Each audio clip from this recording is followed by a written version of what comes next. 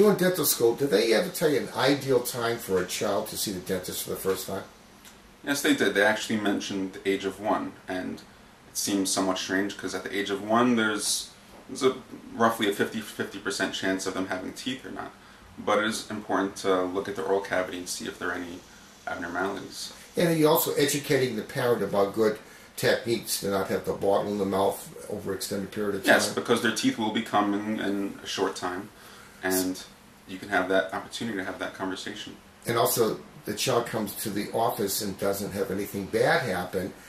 If they do have to come to the office, the anxiety level is greatly diminished. Is that true? What we like to do for the first visits when a young patient of 2 or 3 or 4 years old comes in is we do a very gentle exam where we try to, unless there's any sort of emergency, we try to do no procedures. We just do a look of the teeth, count the teeth, and let the patient feel comfortable so that they can have a long life of actually being comfortable with the dentist. I went to a lecture where a very famous pediatric dentist one time said, if they close doors immediately when a kid goes into the room, they're afraid something terrible is going to happen. And if you're going to do something to the kid, you say, look, I'm going to do something.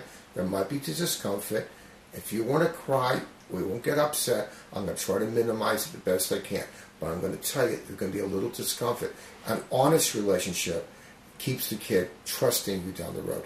Of course. If you introduce the child to dentistry with a lie, they're not going to trust the dentist ever. That's a big problem with a good 50% of the population almost never see a dentist unless they have a big problem.